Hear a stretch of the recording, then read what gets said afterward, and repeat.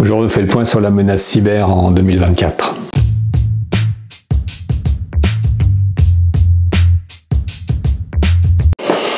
On est début 2025 et c'est vrai que c'est le bon moment pour faire le point sur ce qui s'est passé 2024 du côté des menaces cyber en France. On a connu une année mouvementée en réalité, puisqu'il y avait des événements sur le territoire. Mais il y avait aussi des guerres à l'extérieur sur lesquelles on est, entre guillemets, partie prenante, puisqu'on a pris parti pour un des deux camps. Et donc l'autre camp, bien sûr, n'est pas satisfait, et quand il en a les moyens, il peut lancer des attaques cyber aussi sur le territoire, en tout cas sur les actifs en fait, du territoire. Et donc ça fait partie maintenant des sujets des guerres hybrides qui sont menées par nos adversaires, qui ont été identifiés clairement et qui sont clairement nommés maintenant dans les rapports.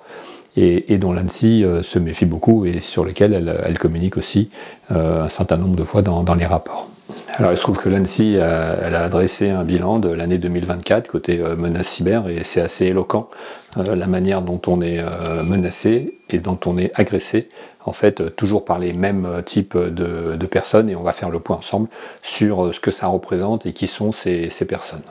Je profite de la vidéo pour vous rappeler que on est plus de 2000 maintenant à suivre XY Magazine, donc c'est grâce à vous bien sûr, merci beaucoup. On peut aider la chaîne aussi en participant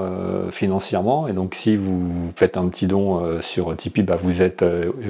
cité au générique, et vous serez aussi cité si vous mettez un petit commentaire, donc je le retransmettrai, et ça permet d'acheter le matériel et de financer les recherches qui sont nécessaires pour produire les articles chaque semaine, donc articles plus vidéos, qui sont le principe de la chaîne, de toujours avoir les deux systématiquement qui sont sortis, pour ceux qui aiment lire et pour ceux qui aiment regarder les vidéos là-dessus. Donc je vous remercie par avance pour ceux qui veulent participer. Sinon vous pouvez juste vous abonner, et déjà c'est super, sur la chaîne ici sur YouTube, ou aussi sur les autres réseaux sociaux sur lesquels on est présent. Donc il y a X, il y a Instagram, et il y a TikTok, et il y a Blue Sky. Voilà, merci et je vous dis à bientôt. Alors la menace, elle est oppressante, elle est omniprésente, elle est massive. C'est déjà des termes qui ont été employés dans d'autres documents qui ont été édités par les instances de sécurité qui gravitent autour de l'État. Et principalement donc trois origines, donc la Russie, la Chine et des groupes cybercriminels qui sont souvent affiliés à ces pays-là. Et puis dernier acteur aussi qui mène des actions sur le territoire, c'est l'Iran. Alors l'avantage de cette guerre hybride que mènent ces acteurs, ces pays, c'est que pour la population, elle est un peu invisible, donc ça ne crispe pas la population contre ces pays-là, et même au contraire, on trouve des gens en France qui défendent l'attitude de la Russie et d'autres pays, donc tant mieux pour eux. Mais en tout cas,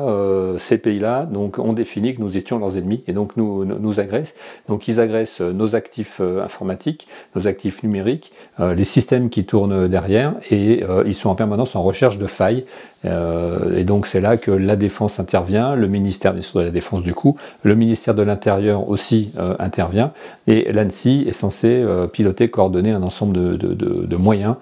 pour pouvoir faire en sorte que ces menaces soient bien collectées, identifiées, mesurées, et surtout ensuite qu'elles puissent être contrebalancées par des mesures de défense. Alors qu'est-ce qui est attaqué? C'est les outils de première ligne, donc les routeurs, tout le système de communication entre réseaux, donc tous ces matériels-là et ces logiciels qui sont placés sur ces matériels, bien sûr ensuite les serveurs et ensuite les utilisateurs. Et donc la priorité pour ces gens-là, c'est de prendre le contrôle des outils de connexion et de communication pour pouvoir agir dessus et éventuellement les perturber ou les mettre à l'arrêt. Il y a eu 40 signalements l'an dernier d'attaques sur ce type d'instruments, c'est-à-dire des instruments de première ligne, donc les matériels actifs de communication, comme on dit. Et c'est facile en fait, parce que surtout, ils sont mal conçus. Les sociétés qui les conçoivent, alors il y a une part sont chinoises, une part sont américaines, donc ça ne nous aide pas non plus à nous assurer que c'est de bonnes factures au niveau sécurité. Et puis surtout, les logiciels qui sont faits dessus, un peu à la va-vite, des logiciels qui ne sont pas de meilleure qualité possible. C'est un peu le problème dans le domaine du logiciel, c'est très difficile d'avoir des standards de qualité puisqu'on n'a pas accès au code source, ce qui est un vrai problème en fait pour pouvoir s'en assurer. C'est c'est un choix en fait. On peut très bien mettre dans un monde où on n'a pas le code source, on n'a pas le code source de Windows, on n'a pas le code source de Word. C'est pas pour ça que c'est pas bien de s'en servir, mais si c'était un outil de sécurité, ça peut poser un problème. Parce que comment vous voulez savoir en fait qu'il y a des bugs ou des failles si vous pouvez pas aller à l'origine, hein. C'est comme si vous achetez une voiture, le capot est scellé, vous pouvez pas réparer le moteur, là, vous savez pas comment il est conçu, vous savez pas si éventuellement il est vraiment fait pour l'usage que vous aviez demandé puisque vous n'y avez pas accès. Donc c'est ça en fait le principe. Donc certains de ces acteurs ont des bonnes pratiques, d'autres des moins bonnes pratiques. Les logiciels sont un peu toujours édités à la vite pour pouvoir sortir en même temps que les matériels ou l'inverse. Et donc il y a des failles et les pirates utilisent ces failles-là. Et il y a également des matériels dans lesquels les failles sont laissées à dessein parce que le pays de conception demande qu'il y ait des failles, et c'est ce qui est arrivé à Huawei ou à d'autres marques comme ça, puisque maintenant elles sont quasiment interdites en Europe au niveau des outils réseau.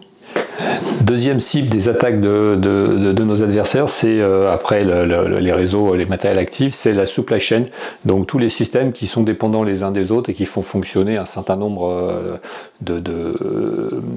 filières, notamment donc, dans l'approvisionnement en électricité, l'approvisionnement en eau, l'approvisionnement en énergie en général. Donc, mais c'est pas simplement dire voilà le réseau électrique ou la gestion de ça, c'est de l'origine, c'est-à-dire de l'endroit où c'est produit, bon, sachant que le pétrole n'est pas produit en France, hein, dans l'endroit où c'est produit, son transport, son stockage, sa transformation, à chaque endroit ils peuvent attaquer. C'est des sociétés différentes, ils n'ont pas tous les mêmes niveaux de sécurité, selon les pays ils n'ont pas tous les mêmes préoccupations, et donc ça c'est un risque très fort pour nous d'être attaqué à un de ces endroits, puisque la force d'une chaîne c'est la force de son maillon le plus faible, et le maillon le plus faible il n'est pas forcément sur le territoire, mais si on n'est plus approvisionné, on risque d'avoir des problèmes en cascade. Alors à ce stade je ne sais pas ce que vous en pensez, mais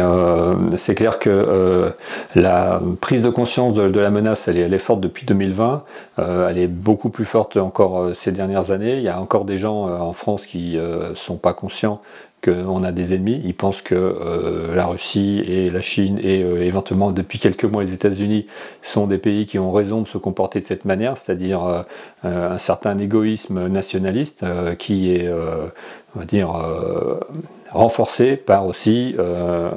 une approche belliqueuse ou une approche de rapport de force de toutes les problématiques qui peuvent se poser, et de tout poser en rapport de force et de tout poser en rapport de force à soi,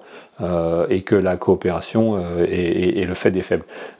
Il se trouve que c'est toujours l'inverse qui a prévalu dans le temps. Si on prend l'histoire, c'est toujours, que ce soit même les animaux, la coopération qui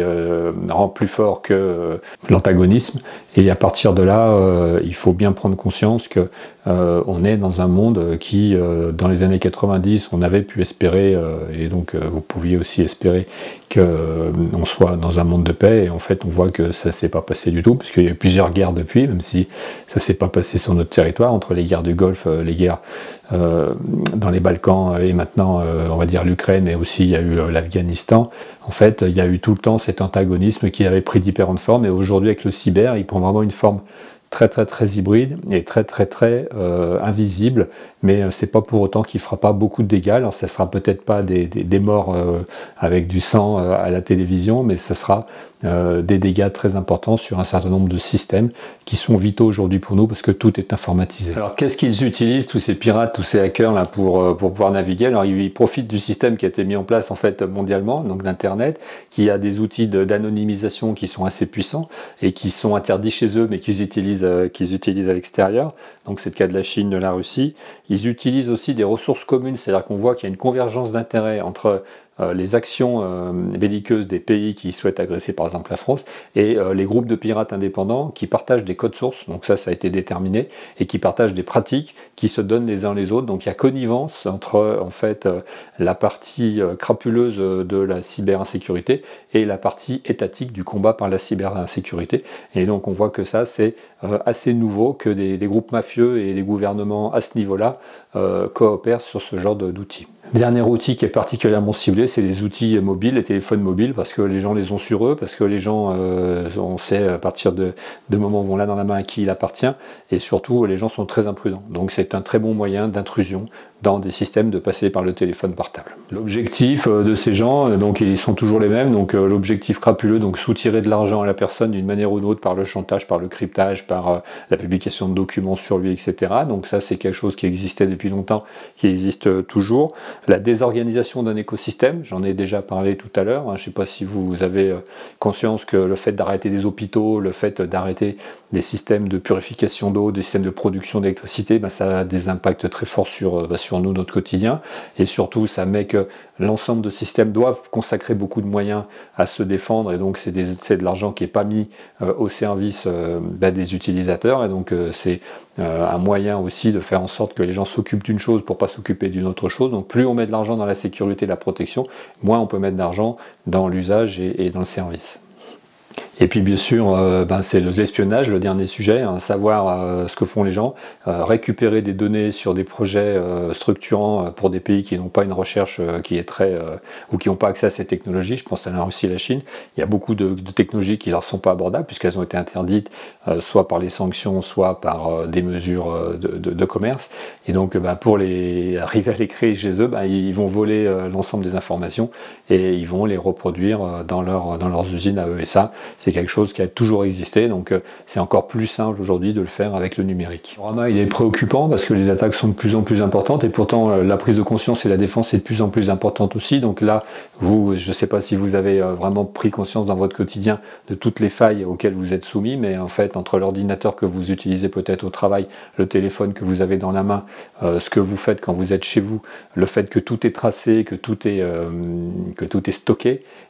les caméras qui vous filment dans la rue et qui vous reconnaissent, tout cet ensemble de choses, ça contribue aussi à faciliter l'accès en fait à toutes les informations personnelles qui sont normalement protégées, mais elles ne sont protégées que par des textes de loi, donc ceux qui ne les respectent pas ne les protègent pas, et à partir de là, en effet, le risque est permanent, il est quotidien, et il est dès que vous êtes en contact avec du numérique, et ce contact commence dès que vous mettez le pied dehors et que la caméra de votre collectivité vous filme sur l'ensemble de votre trajet.